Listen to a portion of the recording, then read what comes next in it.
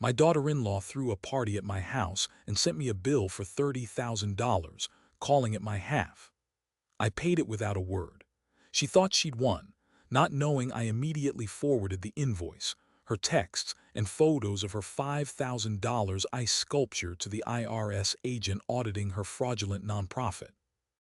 Before we dive into this intense story, please take a moment to subscribe to the channel so you don't miss what happens next.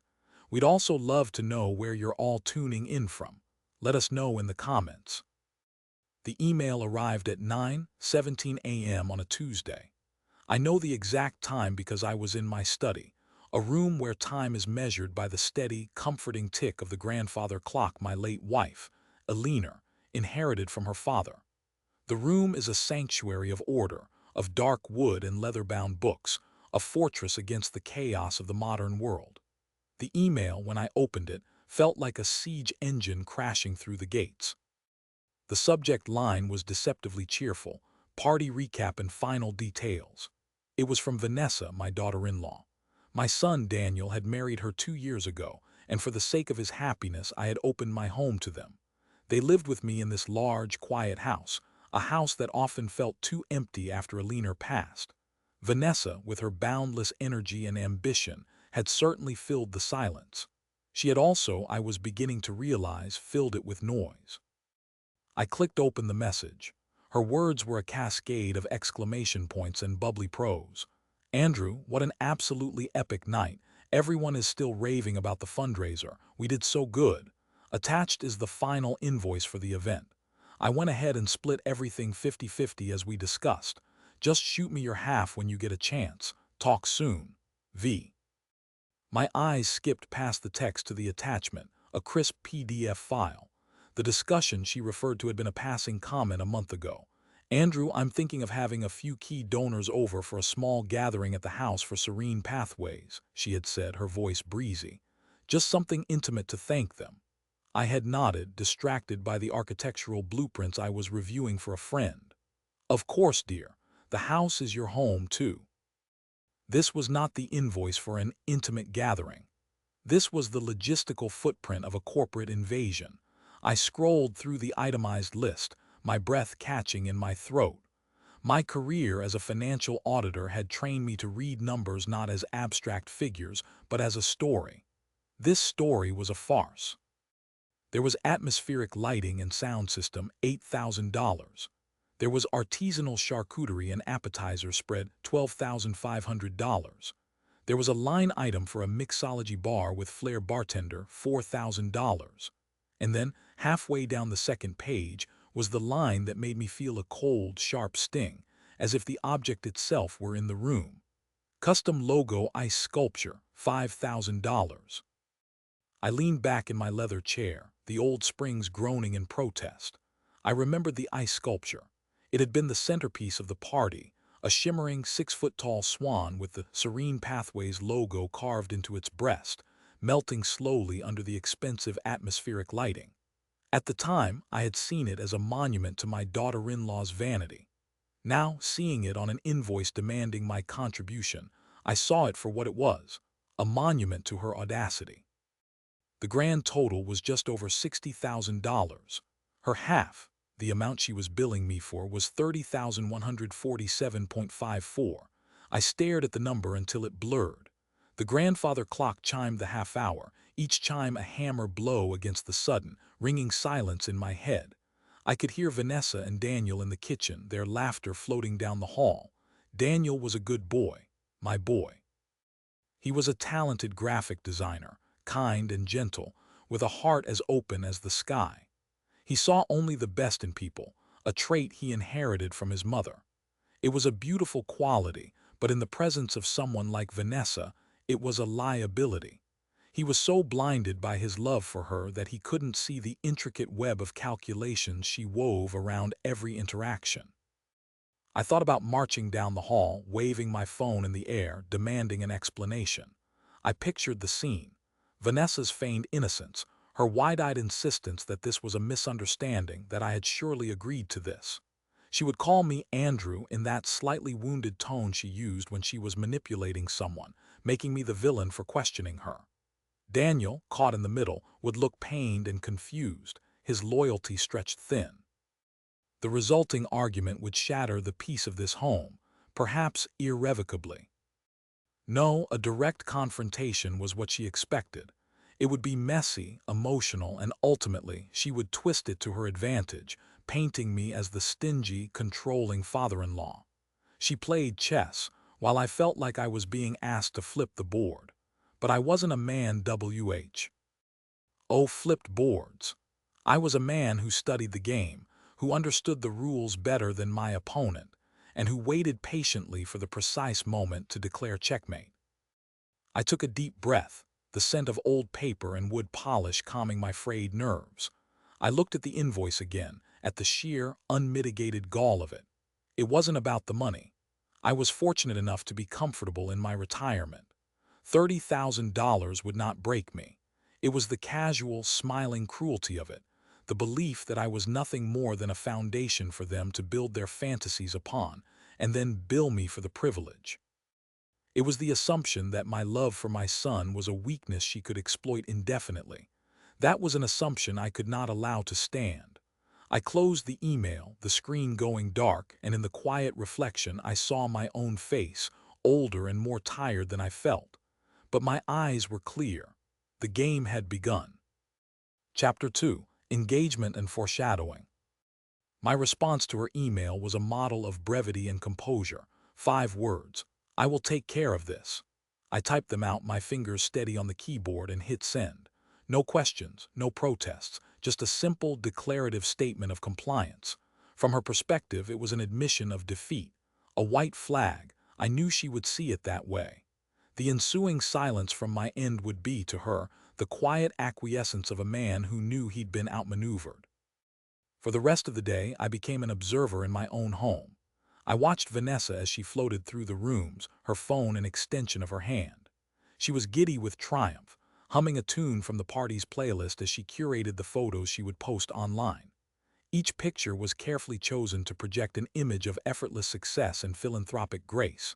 There she was, laughing with a local city councilman. There she was, holding a champagne flute aloft, the melting ice swan glistening behind her. The captions were a masterclass in self-congratulation disguised as gratitude. So humbled by the incredible outpouring of support for Serene Pathways. Together, we can make a difference. Later that afternoon, I found Daniel in the kitchen, sketching in his notepad. He looked up and gave me a slightly hesitant smile. The party had been a strain, I could tell. He was an introvert by nature, and the swarm of people, the loud music, it wasn't his element. He did it for her. "Hey, Dad, you okay? You've been quiet today," he said, his pencil hovering over the page. "Just thinking," I replied, pouring myself a glass of water. "It was quite the event on Saturday." He winced slightly. "Yeah, it got a little bigger than I think Vanessa originally planned." He avoided my eyes, focusing on his drawing. "She said you guys had it all sorted about the costs and everything. Thanks, Dad. I know it was a lot. It means the world to her to have your support." There it was. The lie, laundered through my son's good heart, presented back to me as a kindness. He was not a participant in the deceit, merely its unwitting messenger. To argue with him would be to shoot the messenger. "I'm always here to support you, Daniel. You know that," I said, and the words were true. Every action I was contemplating was, at its core, for him. To protect him from a future of being slowly, methodically drained by the woman he loved. I let the subject drop. An hour later, a text message chimed on my phone. It was Vanessa. "Hey, Andrew, just wanted to check in about the invoice. The caterer needs payment by Friday. Let me know." The casual pressure, the manufactured urgency, it was all part of her script. I didn't reply. My gaze drifted out the study window, across the manicured lawn to the guest house. When Daniel and Vanessa had first married, I offered it to her as a space to launch her nonprofit. It was my wedding gift to them, in a way, not the building itself, but the opportunity it represented. A rent-free headquarters, a place to build her dream without the burden of commercial leases and overhead. She had been effusively grateful, of course.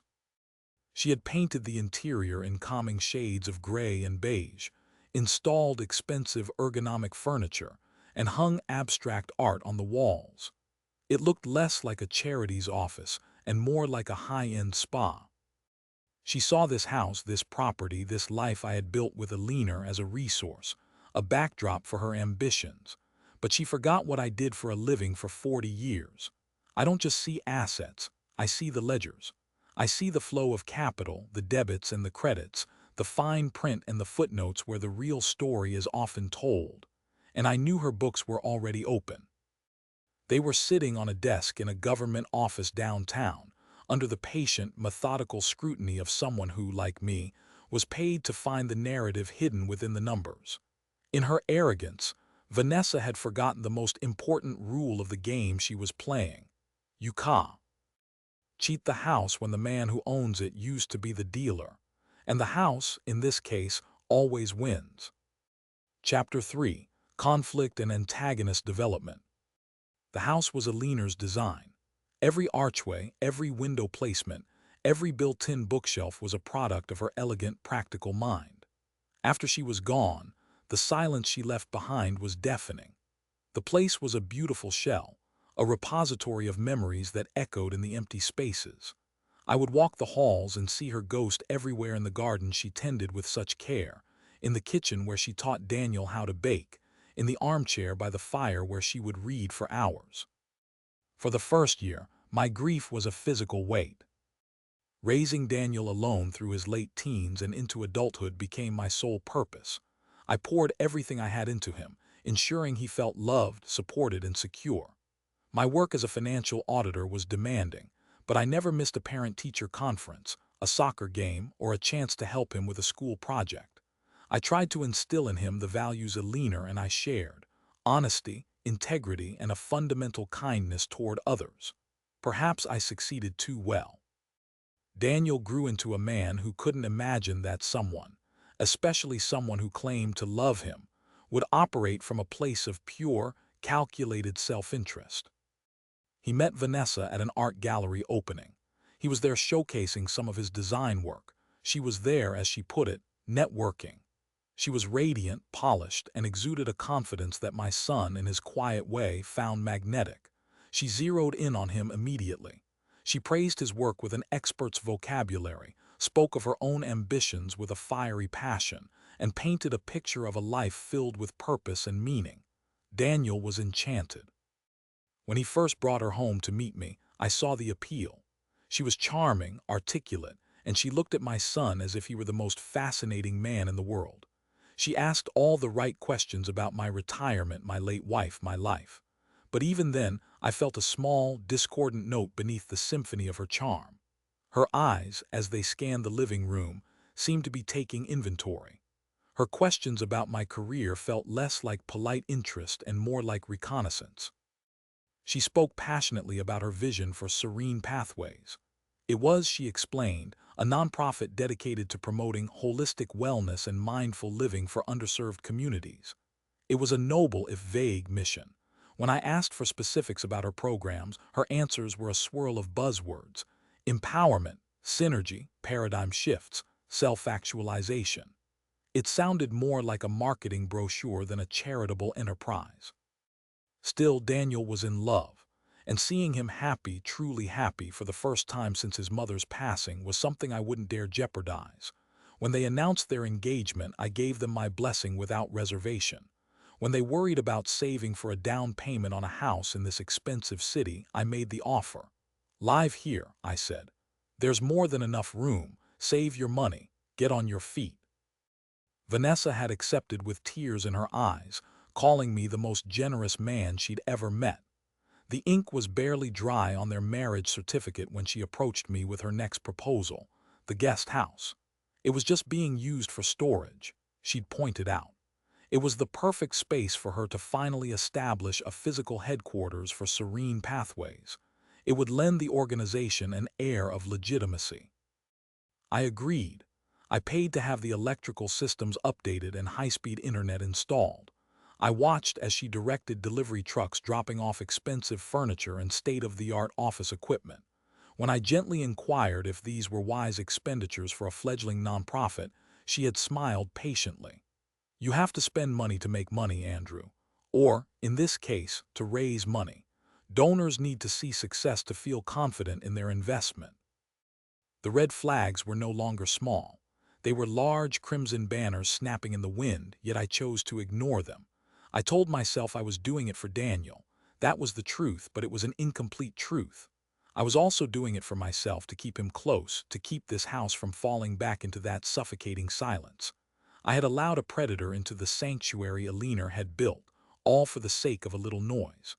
Now the noise had become a roar, and the bill had come due. Chapter 4. Rising Action and Investigation. The decision crystallized on Wednesday morning. I sat in my study, the grandfather clock ticking away the seconds with stoic indifference. Grief, I've found, is a quiet process. Anger can be too. My anger wasn't hot and explosive. It was cold and methodical. It was the anger of an auditor who has just found a beautifully cooked book, a work of fiction so audacious it is almost a form of art. My daughter. Her-in-law was an artist of deceit, and it was time for a peer review. A confrontation was a fool's errand. An argument would be a chaotic squall of he said, she said, which she would navigate with the skill of a seasoned sailor, leaving me shipwrecked on the rocks of my own frustration. Legal action over the invoice would be a long, drawn-out affair, pitting father against son. No, I would not fight her on her terms. I would not enter her arena. I would bring the battle to my own, a place of paper trails, documentation, and incontrovertible fact. My mind went back 3 months. I had been in the kitchen making coffee when the mail carrier arrived. I'd sorted through the stack, and one envelope had caught my eye. It was from the Internal Revenue Service. It was addressed not to me but to Serene Pathways, right here at my address. I had placed it on the marble island, and when Vanessa came in later, she'd picked it up, glanced at it, and tossed it aside with a dismissive little laugh. More government paperwork, she'd sighed when Daniel asked what it was. Just a routine check-in. They do it with non-profits all the time, it's nothing.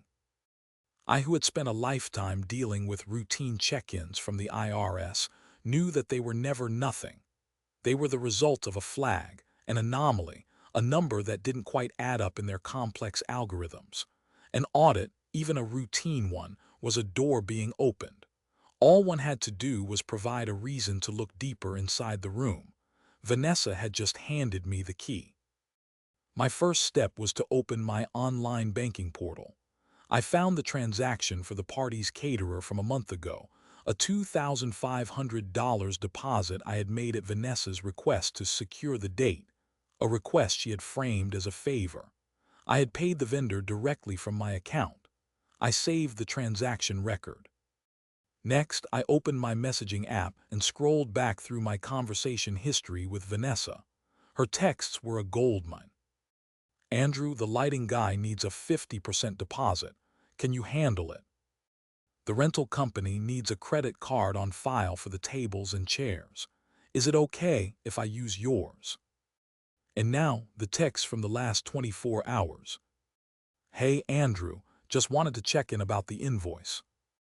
The caterer needs payment by Friday. Let me know. I took clear, dated screenshots of every single message. Each one chipped away at her narrative that my involvement was a surprise, while simultaneously proving her direct solicitation of funds. Then came the piece de resistance. I went to her social media pages. Her posts from the party were a digital gallery of damning evidence. I saved every photo: the towering ice sculpture, the champagne fountain flowing freely, the throngs of guests in designer clothes, the professional DJ booth. I saved the photos of her posing with a new luxury handbag, captioned, "A little gift to myself for a successful fundraiser." I even found a short video she'd posted, a sweeping pan of the party in full swing. In the background, I could hear her exclaiming to someone off camera, "It's amazing what you can write off when it's for a good cause." I downloaded the video file. The final step was the most important.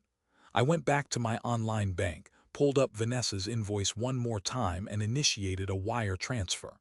I sent the full amount, $30,147.54, directly to the account number she had provided. I typed per invoice SB001 in the memo line. The transfer was instantaneous. The money was gone. This was the linchpin.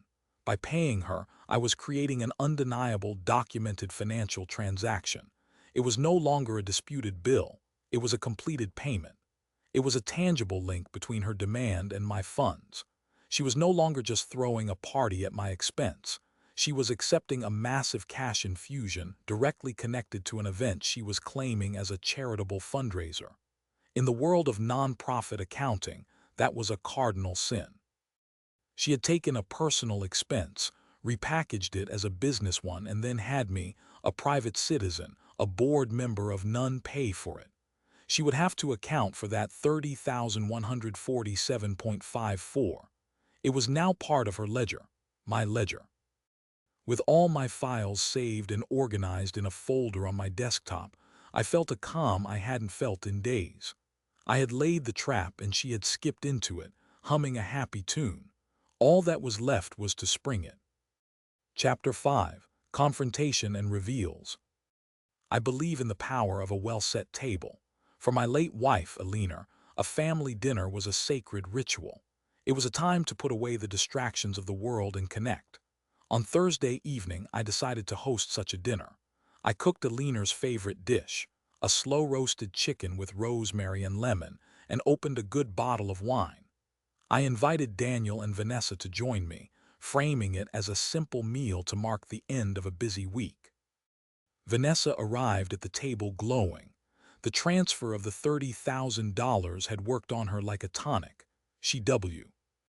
As effusive, complimentary, and overflowing with magnanimity. She had in her mind won. The old man had grumbled, but in the end he had paid. She saw me as a conquered territory. "Andrew, this chicken is divine," she said, taking a delicate bite. "You are just full of surprises." "It was my wife's recipe," I said quietly, which cast a brief, respectful silence over the table. For most of the meal, I let Vanessa steer the conversation. It was, as always, a monologue about her ambitions. She spoke of expanding Serene Pathways, of launching a subscription box service, of hosting a wellness retreat in Bali. She talked about needing to hire an assistant, of leasing a new, more impressive car for the foundation. "Image is everything," she said, swirling the wine in her glass. "People want to invest in success." Daniel listened, his expression a mixture of admiration and anxiety. "Bali sounds expensive, he murmured. "It's an investment, sweetie," she replied, patting his hand. "The returns will be tenfold. We just need to be smart about our capital. Andrew knows about that, don't you, Andrew?" She smiled at me over the rim of her glass, a conspiratorial glint in her eye. She was trying to draw me in to make me a partner in her fantasy, now that my wallet had been enlisted. "Capital needs to be managed with care," I said, my voice even, "and with transparency." Her smile didn't falter. "Exactly. That's why everything is documented. We're running a very tight ship over at the guest house." It was in that moment, as she sat at my table, eating my food, drinking my wine, and lying with such polished ease, that the last vestiges of my familial tolerance for her evaporated. I looked at my son, at his trusting face, and a profound sadness washed over me. He couldn't see the gears turning behind her bright eyes. He couldn't see that he was just another asset on her balance sheet, a valuable one for his connection to me, but an asset nonetheless. The confrontation I chose was not with her, but with the truth. After dinner, after they had retired to their wing of the house, I went back to my study. The room felt different now, not just a sanctuary, but a command center. I sat down at my desk, the plate of half-eaten chicken a distant memory. I opened my email. I knew from my professional contacts that a standard audit case at the local IRS branch would be assigned a case number. I didn't have it, but I had something better, a name. Vanessa had complained about the annoying agent who was asking for so many records a month ago. She had mentioned his name in a fit of pique. Agent Harrison. I composed a new email. The recipient address was easy enough to figure out, using the standard government email format. To Mark Harrison at IRS.gov. Subject: Supplemental information for Serene Pathways audit. I kept the body of the email professional, concise, and utterly devoid of emotion. Dear Agent Harrison, my name is Andrew Fletcher.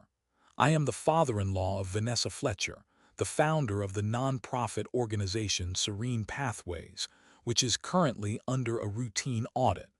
The organization is headquartered in a building on my personal property. I am writing to provide supplemental documentation that may be relevant to your review of the organization's financial activities. Recent events have led me to believe that charitable funds may be being commingled with personal expenses, and that donor contributions are not being used for their stated purposes. Attached, you will find the following documents.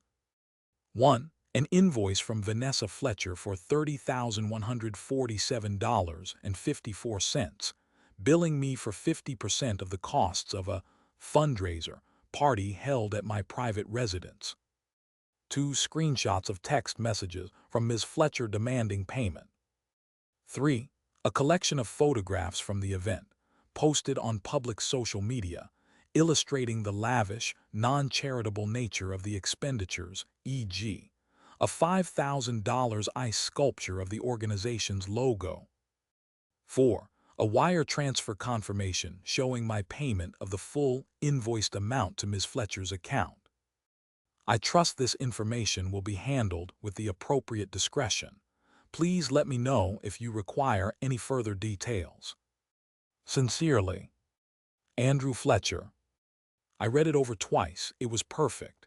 It was the calm, factual report of a concerned citizen. It was also a perfectly crafted dagger. I clicked the paperclip icon and attached the folder containing all my saved files. My finger hovered over the send button. The clock in the hall began to chime 10. On the 10th chime, I clicked the mouse. The email vanished into the digital ether. The reveal was complete. Not to Vanessa, not yet. But to the one person who could truly understand what it all meant. Chapter 6. Escalating Stakes and Building the Case. For a week, an unnerving quiet settled over the house. It was the calm at the center of a storm, a place of strange tranquility where I was the only one who could see the churning, dark clouds gathering on the horizon. Vanessa was in her element. Bolstered by my $30,000 transfer, she went on a spending spree, all under the guise of reinvesting in the foundation. A new wardrobe of designer business attire, a series of expensive lunches with potential partners, and true to her word, the lease on a gleaming white luxury sedan, the Serene Pathways logo professionally decaled on the driver's side door. She paraded her acquisitions as signs of success, proof that her vision was attracting the right kind of attention. "The car is a mobile billboard, Andrew," she explained one evening, dangling the keys. "It projects an image of stability and class. It's essential for donor confidence." I merely nodded, a silent observer to her spectacular, self-funded implosion. Then on the following Tuesday, I received an email. It was from Agent Mark Harrison. His message was as brief and professional as mine had been. "Mr. Fletcher, thank you. Your information has been received and is being reviewed. We appreciate your cooperation." That was all. But to a man who had spent his life in the world of audits, those few words spoke volumes. Being reviewed was code. My submission had been logged, cross-referenced, and was now being used as a lens through which to re-examine every piece of paper Vanessa had ever filed. The routine audit was no longer routine. The first tremor occurred that Friday. I was in the garden when Daniel found me. He looked pale, his brow furrowed with a worry that was becoming a permanent feature on his face. "Dad," he began, his voice low, "I'm getting worried. Vanessa got another letter from the IRS today, a formal one. They're asking for, well, everything. All her bank records, personal and business, all her credit card statements, a list of all donors and the amounts they gave.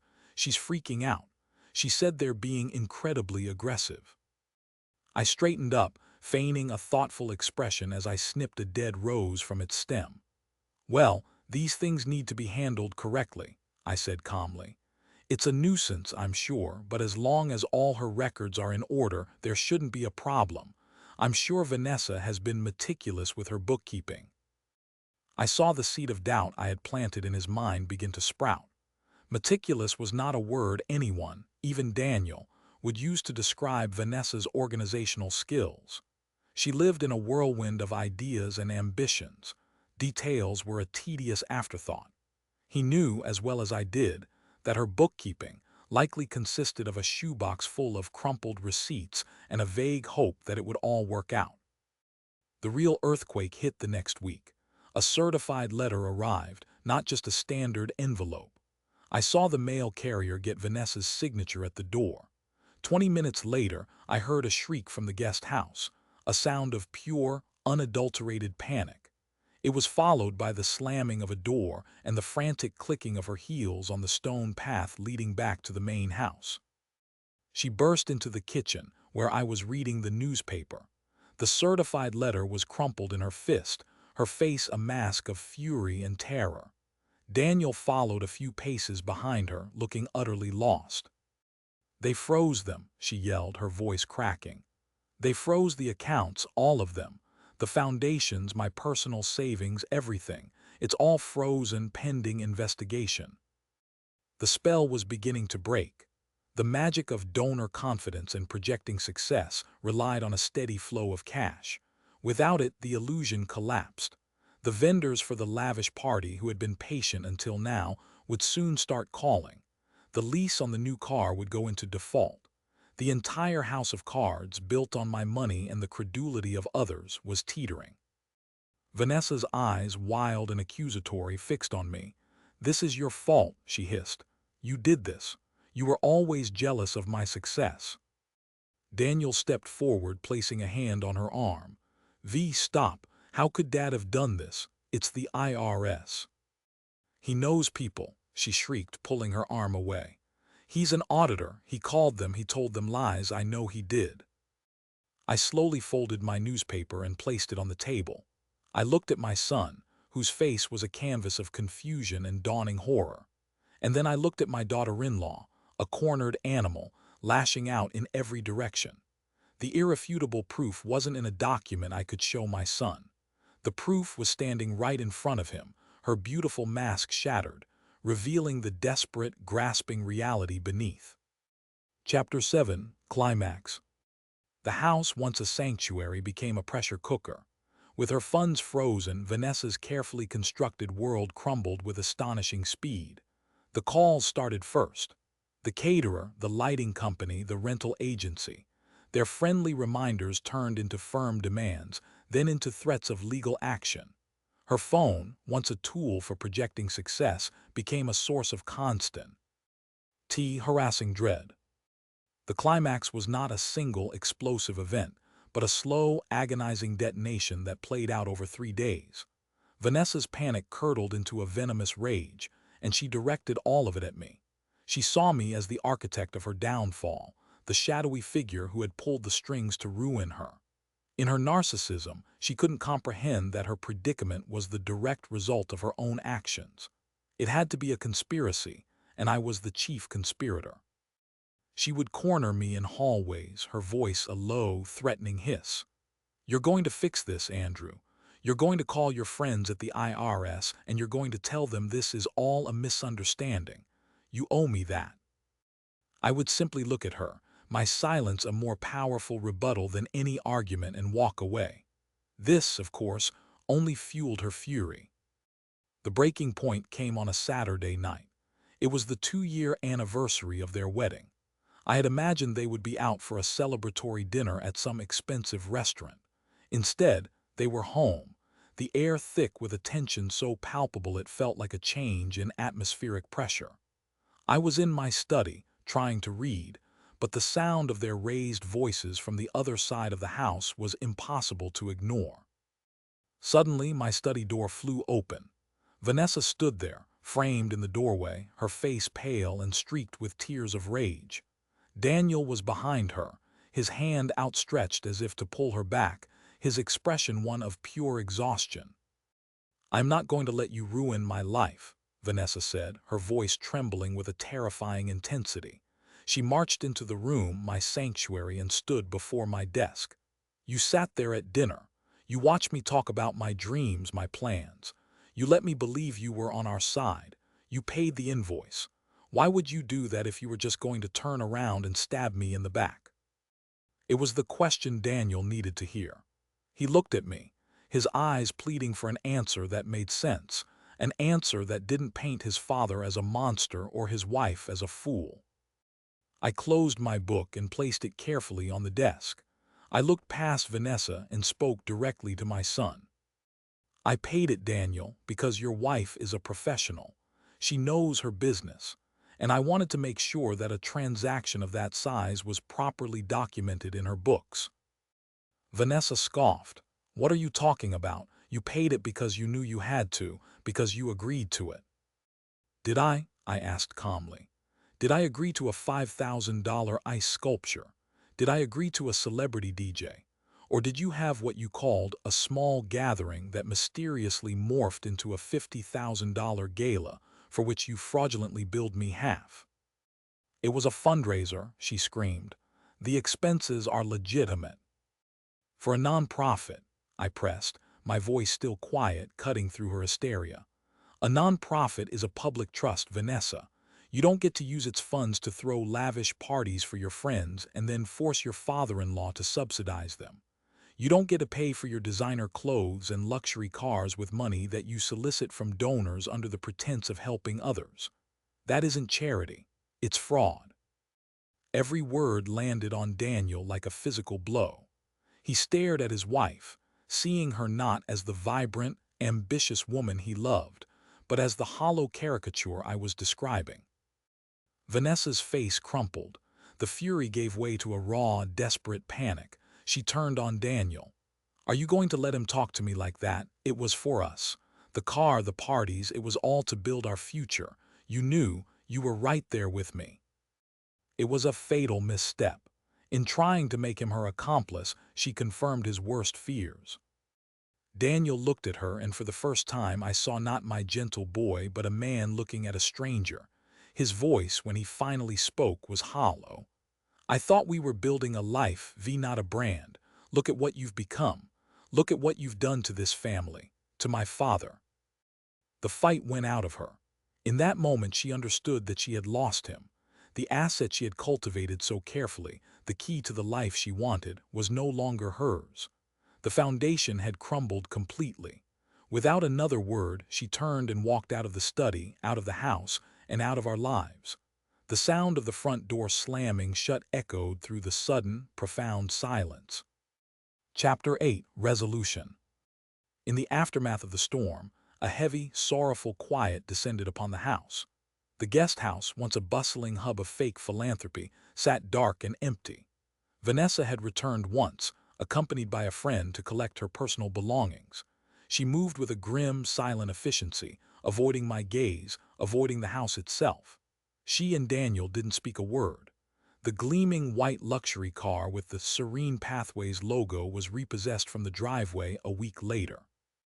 The news of the IRSI investigation spread through their social circle like wildfire. Reputations, especially those built on a foundation of air, crumble quickly. Vanessa was charged with multiple counts of tax fraud and embezzlement. Her life of curated perfection was dismantled, piece by piece, by the methodical, dispassionate machinery of the law. I felt no triumph in this, only a grim sense of inevitability, like watching a faulty structure collapse under its own weight. I had simply pointed out the cracks in the foundation. My primary concern was Daniel. He was adrift in the wreckage of his marriage, grappling with a potent cocktail of grief, guilt, and humiliation. He spent the first few weeks in a daze, moving through the house like a ghost. We didn't talk about what happened, not at first. We gave the truth room to breathe, to settle in the quiet spaces between us. The conversation, when it finally came, was on a Sunday afternoon. I found him in the backyard, sitting on the bench Alina and I had bought on our honeymoon. He was staring at the empty guest house. "I was a fool, Dad," he said, his voice thick with emotion. He didn't look at me. I saw it, all of it. The little lies, the way she was with money, the way she looked at you. I saw it and I chose not to see it, because I wanted the life she promised. It was easier to believe in the fantasy than to face the truth. "You have a good heart, Daniel," I said, sitting down beside him. "You want to see the best in people. That's not a flaw. Your mother was the same way." "She would be so disappointed in me," he whispered. "No," I said firmly. "She would be heartbroken for you, and she would be proud of the man who is sitting here now, owning his mistakes. That takes more strength than pretending they never happened." We sat in silence for a long time, the afternoon sun warming our faces. It was the beginning of a long, slow healing process. We talked for hours that day, and in the days that followed. He confessed his fears and his failings, and I listened without judgment. I told him about my own loneliness after his mother died, and how my desire to keep him close had perhaps made me blind to things I should have addressed sooner. A month later, Daniel decided to move out. It was his decision, and I knew it was the right one. He needed his own space, a fresh start, a place that wasn't haunted by the ghost of his marriage. I helped him find a small, sunny apartment downtown, close to his design studio. I helped him pack his boxes, a reversal of the roles we played when he had left for college years ago. There was a sadness in it, but also a sense of rightness. He was standing on his own 2 feet again. Our relationship, which had been strained to the breaking point, was slowly being rebuilt on a new foundation of honesty and mutual respect. He started coming over for dinner every Sunday, a new ritual we established. He would help me in the kitchen, and we would talk, really talk about his work, my retirement projects, and everything in between. The house no longer felt so empty. One evening, months later, I was in my study when an email popped up. It was a news alert from a local business journal. The headline read, "Founder of defunct charity sentenced in fraud case." The article detailed Vanessa's fate: a hefty fine, a long period of probation, and a court order to pay restitution to the few legitimate donors her nonprofit had actually managed to attract. Justice had been served, not with the drama of a courtroom thriller, but with the quiet, bureaucratic finality of a judge's signature. I closed the laptop. I looked around the study at the books, the old photographs, the steady, ticking clock. Order was restored. The peace I felt wasn't one of victory, but of resolution. I had protected my son. I had defended my home. I had taken a chaotic, painful situation and resolved it with the one tool I knew best: a calm, methodical, and unwavering respect for the truth. The ledgers were finally, definitively balanced.